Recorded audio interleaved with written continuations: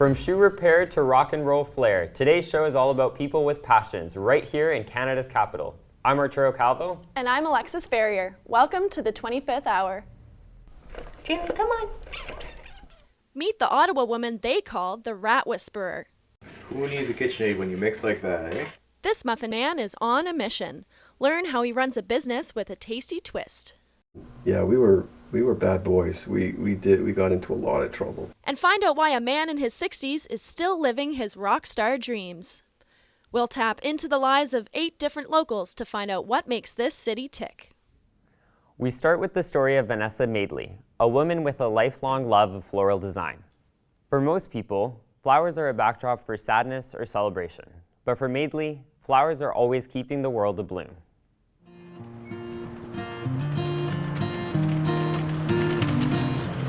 My name is Vanessa Madeley, and I am a florist at Bloomfield's Flowers. I would say it started when I was a little kid with my mom. We always had flowers on the table. We would always buy bulk flowers and arrange them together. We would steal flowers from the side of the road all the time, my mom and I. We would make little vignettes in the house and little posies for beside my bed, and yeah, it started when I was little, and even when I go to the woods now, I'm always gathering like a little scavenger for treasures. Oh, I love hunting for moss. I love finding mushrooms or acorns or pine cones, anything that's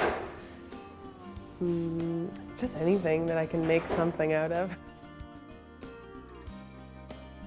My favorite thing about floral arranging is getting lost in the beauty of the materials, and it almost stops feeling like work when you have your music playing and you're doing your thing and making something beautiful for someone to brighten their day. That's my favorite part.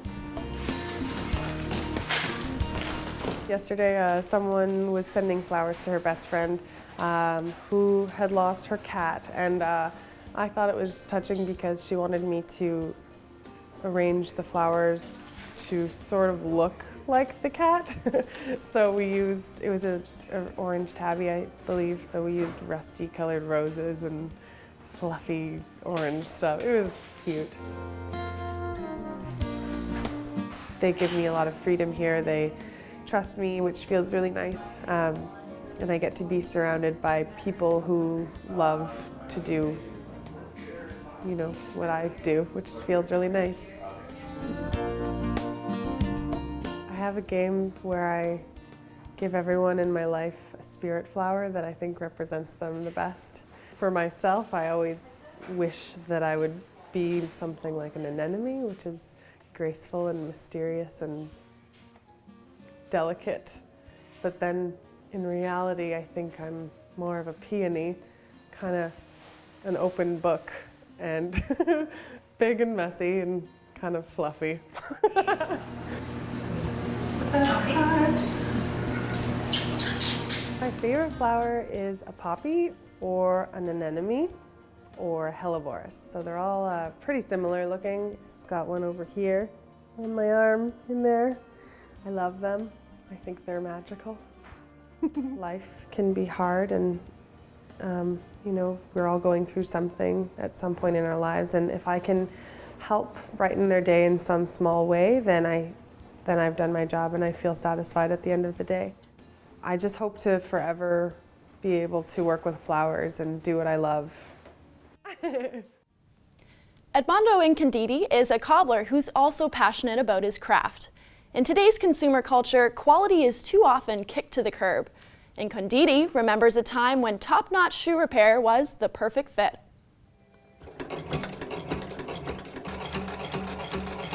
My name is Edmondo Incanditi. I'm 75. I came in Canada from Pescara in 1966. I own a Paris shoe repair. I bought in 1973. I'm the cobbler. I was a cobbler in Italy. It's a nice small city. Now it's a big town. My father was a plumber. Out of 5 boys, only one learned his trade. The shop used to be two-door down, and I used to work down on Bank Street for another shoemaker.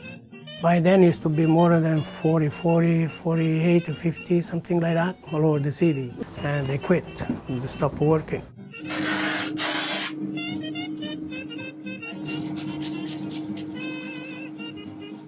Before, it used to be more work because it was a lot of different kind of shoes.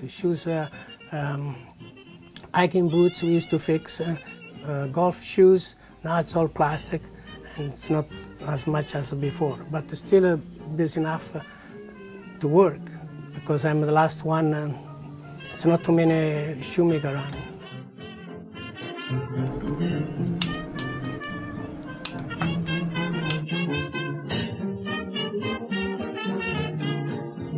If you buy good shoes, it's worth it to repair. Gucci, Ferragamo, Allen, Edmonton, it's a good name, but many shoes like that is $400.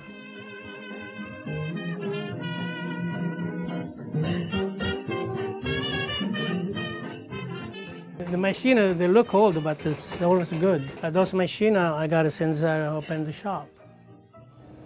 You put this here, pretend this is shoes, and you go like that, and you go.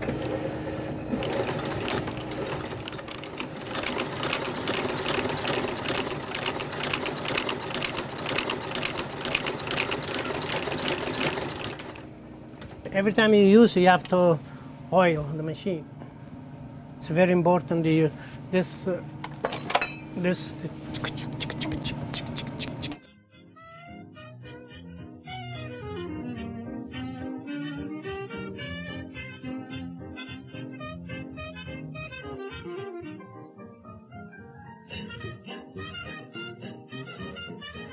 The glue, you wait 10-15 minutes, then you put here.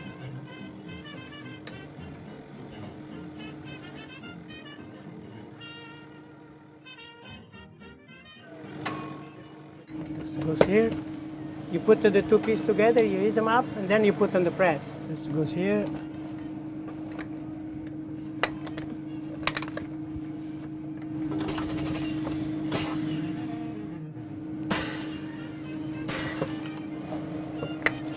All set. There we go.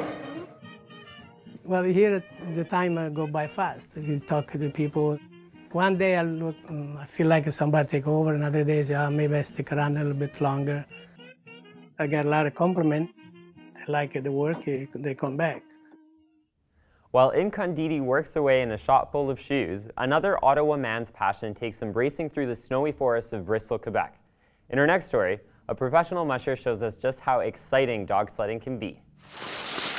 My name is Denny Roson. I'm a sled dog driver. I do it because I like it, you know. It's a passion, but I also enjoy.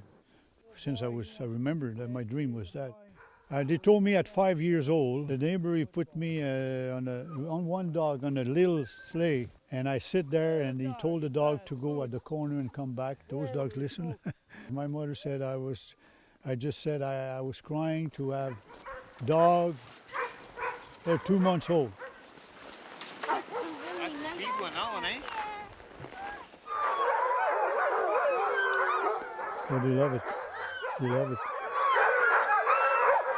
When people come here, they expect to see husky. We have those mix of breed, about 75 German Pointer, and Alaskan Husky, maybe 20%, maybe 5% Greyhound. The way they run, if they give everything they have, you know, they don't keep reserve like the Husky would do and go all day. Those guys would have a hard time to the speed they go to go all day, you know. This is Timber right here. That's why we call this place Timberland, because Timber was my best leader ever. I won all those big trophies. You see this was all Timber. I never tell him what to do, he knows. That one time I went to a race in Marmora, Ontario.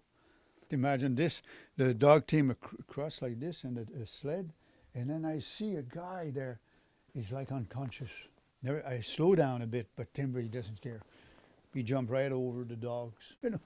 Timber, a wall, he'll go through the wall, you know, he was like that. So Let's say here we got 40 dogs, and we do the tourists, and I still race. I like racing. I only started Timberland tourist in 2008. Stuck with a lot of dogs, and somebody said, why don't you keep your racing team, but the other dogs could go and do the tours, and that we started there with Nature. Nature, give the paw. Nature likes to give the paw. She's a beautiful girl. Good. Well, it's when you're running your dog team and you see those when they were puppies and now they're performing, they're doing, you got a team of 6 or 8 dogs and they're all going together, and it's really nice to see. That's really an accomplishment. Yeah. I think it's all the racing. I don't know, when I'm still racing and I'm getting older, it's hard stuff, I don't know what's going to happen when I don't race anymore, though. I don't know. A lot of my friends are lying down on the couch watching TV, and me, I do that. And when I'm finished, I feel satisfied, Well, it's an experience. It's a lot different than any kind of other experience, especially for people that love dogs or loves animals. It's a great experience. This one right here. This is a sister. That's the best dog team I had. Thank you. Jonathan Camure is another man whose hobbies and work collide. This Ottawa baker makes tasty treats everyone can enjoy. But for Camure, the real sweetness lies in bringing his community together. Man, it's like I've done this before.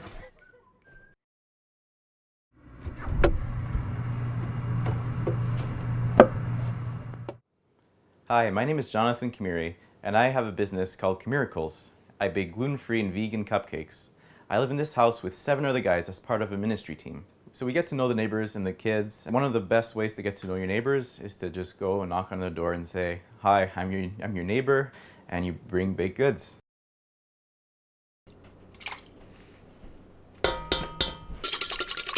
Yeah, one of our neighbors, he's a young boy, about 6 years old. When he sees the cake, he just jumps up and down. He's just so happy and ecstatic.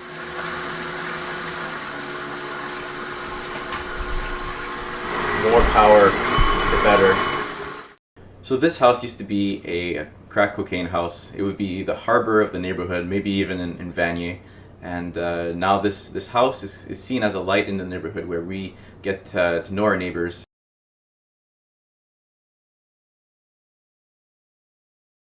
Well, I started cooking when I was very young, about the age of 8. And after a little while, started baking and exploring with banana cakes and pizza and all that fun stuff.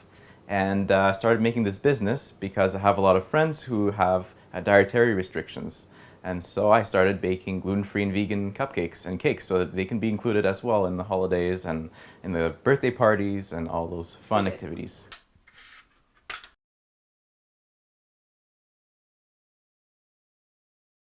I am putting ice in the oven, believe it or not. It's like magic. Usually when the cakes are in the oven, I have about half an hour, so I practice my French horn.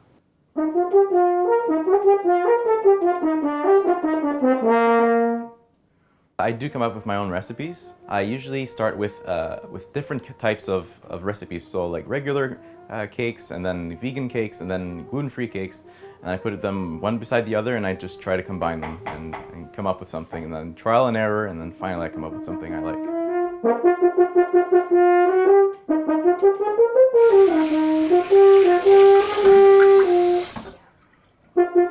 I figured that it's a niche, I can make some money off of it, and I can reach out to more people that way if I have a business. So I can get the name out and have bake for weddings and corporate events and all those types of events.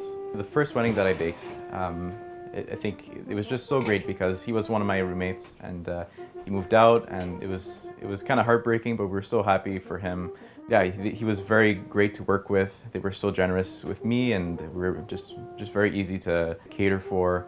And we had these really nice kind of wooden plates for the cakes that made them look so good. And it yeah, my first wedding, and it went so well. It was just great to work with him. Yeah, don't really have a written recipe for this. It smells so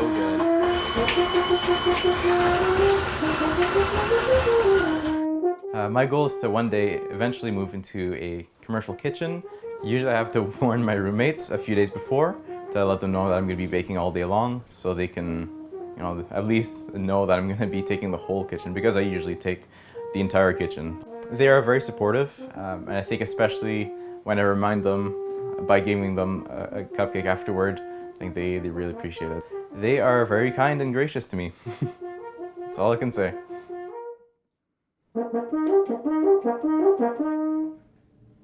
Dick Cooper likes bringing people together too. He's been using his love of rock and roll to gather crowds for years. Now, in his 60s, he's reviving his musical dream. After a 2-decade hiatus, his band, the Cooper Brothers, is back in the studio and on the road. It's basically a sickness, you know. It's like, when will you be over this sickness? That's kind of the way I look at it, you know. If I was sane, I would be doing other things. These guys can play and write.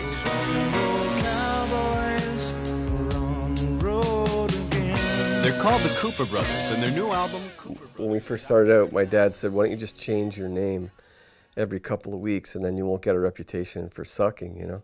So every week we went out with kind of a different name. One of the names was With the Cat Dragged In, because that's what my father said we looked like. But the Cooper Brothers didn't start till the mid-70s. The dream never dies if it's strong. The song never dies, just you know, at the height of the Cooper Brothers, I mean, we were playing for 10,000 people a night. We were opening for everybody. We did concerts in front of 50, 60, 70,000 people, right? some men dream of fame and some of fortune. There's nothing like having a hit, because it just opens up a lot of doors for you. So we had a song called The Dream Never Dies that was huge. It was big here, it was big in the States. It got covered by other artists. It wound up in films and stuff like that.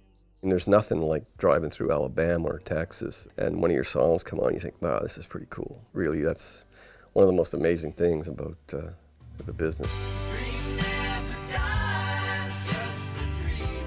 In the 60s and 70s, musicians were kind of like outcasts, you know. You got in fights because you had long hair, and people didn't want you at their hotels and stuff like that. So we kind of embraced that whole outlaw persona, and yeah, we were bad boys. We got into a lot of trouble.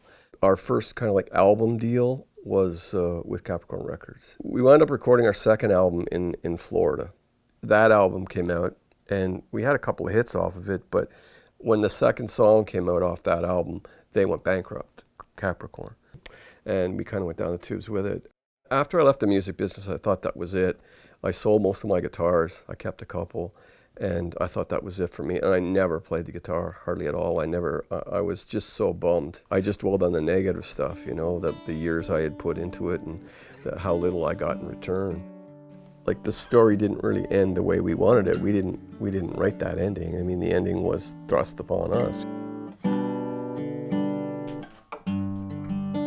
In 2006, when they put out our like greatest hits, our best of, we wound up getting an offer to open for James Taylor at Blues Fest. We go on stage, there's 30,000 people. You know, we just kind of got the bug again. It was like, yeah, this used to be fun before all the BS that happened to us.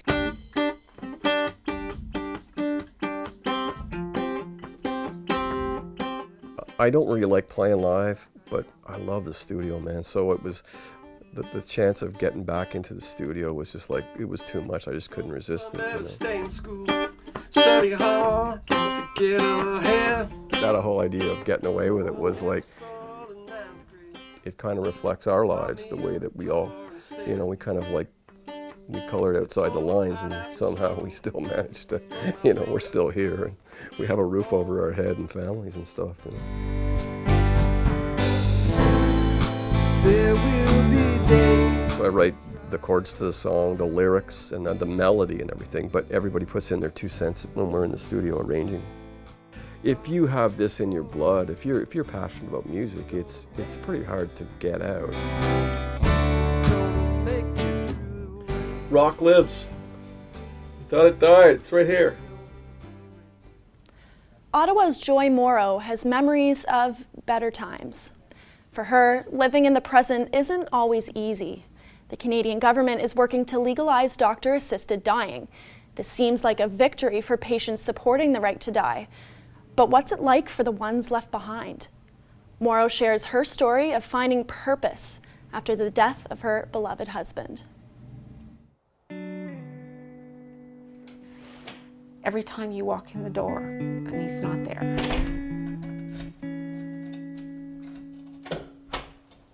Well, I'm Joy Morrow.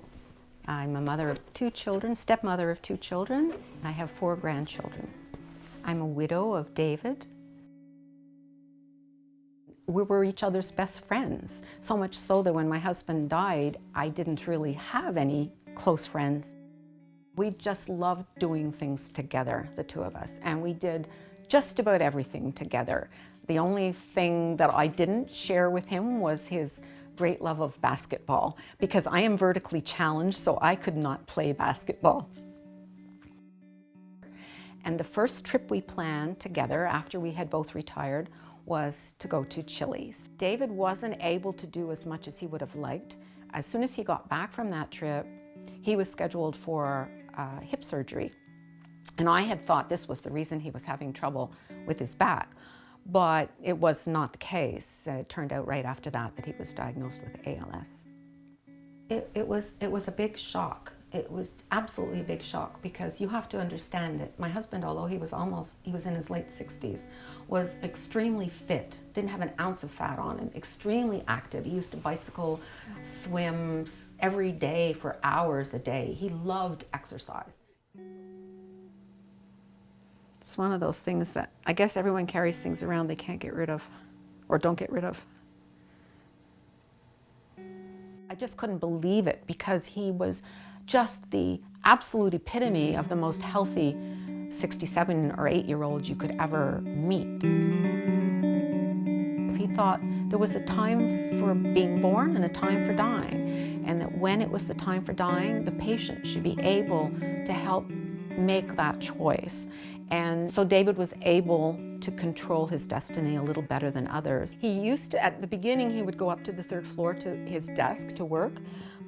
But then in the last year, he really wasn't able to manage the stairs. So first he would go on his hands and knees, but after a while he couldn't even, once he got to the top, he couldn't get up, and not even with my help. And I was afraid that we were both gonna tumble backwards down the stairs. We started to reach a point where he knew that he was going to need 24-hour care. And he was very concerned that he might end up in a nursing home or long-term care facility or hospital. He did not want that. He told me a month ahead of time, I'm choosing this day. Some of the reasons for the date were things like, I don't want to die around Christmas time because I think that would not be a nice memory to have in years to come. I was very sad when he said, that's it, this is it. Now, it was always inchoate up to then. One day, I'm going to make this decision. Now it was, this is the day. And every day ticking down was one less day. I was going to be able to have him beside me and hold his hand. And when your husband has a terminal illness, you do a lot of grieving ahead of time. I can't tell you all the tears I shed on my pillow.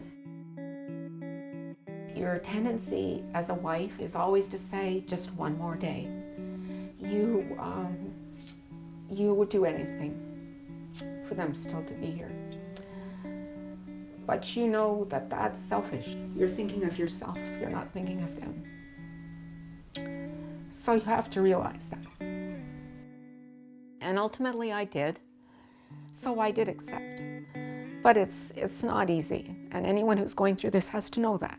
Sometimes if I'm doing something that like my messy office, I say to myself when I go in there and I look at all the piles of mess, I would say, I always say, oh, David, I know what you're saying. I still have a hard time doing some things that he loved to do. Every time you do something that you did together and you're doing it yourself, putting up the Christmas tree. Every time you see the grandkids and think of him and playing with them. Every time you walk in the door and he's not there. But I'm not alone, you know. You shouldn't feel sorry for me because I don't feel sorry for myself. There's lots of people in this world that are widowed, and it's a fact of life. Everybody dies. So I don't feel sorry for myself either, but I sure miss my husband.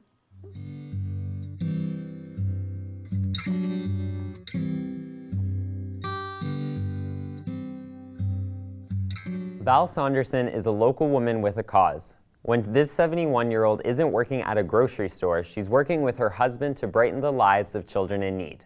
Our next story takes us inside the Barhaven basement where Saunderson runs her charity. Alrighty, nice book.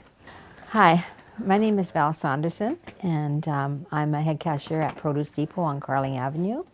And I use that job to support my charity that I love so much, Operation Christmas Child, that I pack shoe boxes for. All my money that I earn at my job is down here in the basement. I use it all for the shoe boxes. I'm Val Saunderson's husband. One of the times that someone from Operation Christmas Child came to our church, and he was talking to the people in the congregation. He said, "This lady is crazy, but she's good crazy." People have told me that, you know, the money that I spend on this for Hugh and I could be going on trips around the world. I tell people, I do go around the world. My heart is in every shoebox. Some little girl's gonna love it. Well, each shoebox that I make is different. I decide I know what they need, for one thing, and I know that certain things you can't put in the shoe boxes and certain things you can, and I've seen firsthand what brings them joy. So I do my best to get that sort of things, and I also know that hygiene items are very important, so I like to put a bar of soap and a washcloth in the shoebox, and a toothbrush. So, but I also know that toys are really important too. So I always make sure that they always have a toy in their shoe boxes. And I love doing it because I know what I'm doing it for. So I just love doing them. There was one little boy when I was in Mexico, that was the orphanage, and he, when he opened his shoebox, he was so excited over a toothbrush because now he didn't have to share anymore. So that stuck in my mind because I wasn't putting toothbrushes in my shoebox before that, and now I do. As you can see behind me, I have a lot of toothbrushes. When I went on my mission trip, I had the opportunity to give them firsthand to their child a shoebox, and that was amazing. Some of the children would open their shoebox, close it up, open it up, close it up to get that joy over and over again. I get motivated doing this charity by the children. The children, to see their smiling faces and know how much this one simple gift means to them. And also it motivates me knowing that they're going to get to hear the gospel. And because the gospel is very important, because I love the Lord, and I want them to love the Lord also, and to have the joy in their heart that I have in mine. She's a very strong Christian, which is very important to me, and we're just so thankful we're together and we can do this together, because it's very special to do it as a couple. Certainly a lot of passion in that piece. Mm-hmm. Sumbul Villani is one of the reporters that brought that piece to us. And Sumbul, you can really see the dedication that both Val and Hugh really have for this cause. Yes, definitely. Hugh and Val, they really, truly put their hearts into every single one of these shoe boxes. They've been doing it for more than 10 years now, and paycheck to paycheck, all of it goes into this cause. So it's really inspiring for sure. And for any viewers who'd like to get involved or learn more about it, you can visit Operation Christmas Child online for more information on how to donate, how to pack boxes, and how to volunteer as well. Perfect. Thank you for joining us, Sumbul. You're welcome. While Saunderson is busy finding the perfect presents for children in need, another woman is also trying to make a difference in little lives. Rachel Shen runs a local rescue for a more unusual group, rats. At the moment, I have 16 rats in my home. A lot of them are sick or waiting for surgery or just recovering from surgery. So they're pretty much the same as the type of rats you'd see in a sewer, but obviously these guys have been domesticated for hundreds of years. So I'm Rachel Shen. I'm the co-founder of the Ottawa Pet Rat Rescue, and it's sort of my non-paying full-time job outside of my other job. So the rescue started in 2011 when I met Anita, my co-founder, and we were both trying to find a solution to help the same lady who ended up with a situation with a bunch of rats. We actually call her the rat whisperer because she has brought around rats that were completely unsocialized, that would bite. This here's Lilac. She's very feisty. And were horrified of the human touch. And she's wonderful. She's brought them around to be tame and sweet rats. There was one rat we took in. It was a hoarding situation. So we unfortunately were not even able to name her because as soon as we saw her, we took her to the Humane Society and we had her euthanized. We've heard so many times we want rats as a starter pet for our 6-year-old. We want rats as like a transitional pet for our 11-year-old. They are living creatures. They are not like training wheels that you can just take off your bike when you're done with them. Yeah, yeah. Come on down, Khaleesi. No? All right, good girl. Come on. Come on. So the rats do take up a lot of space and time, and of course I do wish a lot of the times that I had more free time, but honestly I feel like if I had more free time I'd just end up, you know, helping out more rats or going to more animal related things. Khaleesi. Khaleesi. Come on. I get all these weird little rat related trinkets because, you know, even though I have a house full of rats, they think I need more reminders. I've been vegan for a long time. I was vegetarian before that. I'd be a complete hypocrite, I feel at least, if I were to go out there and save rats and then turn around and decide to buy a cow.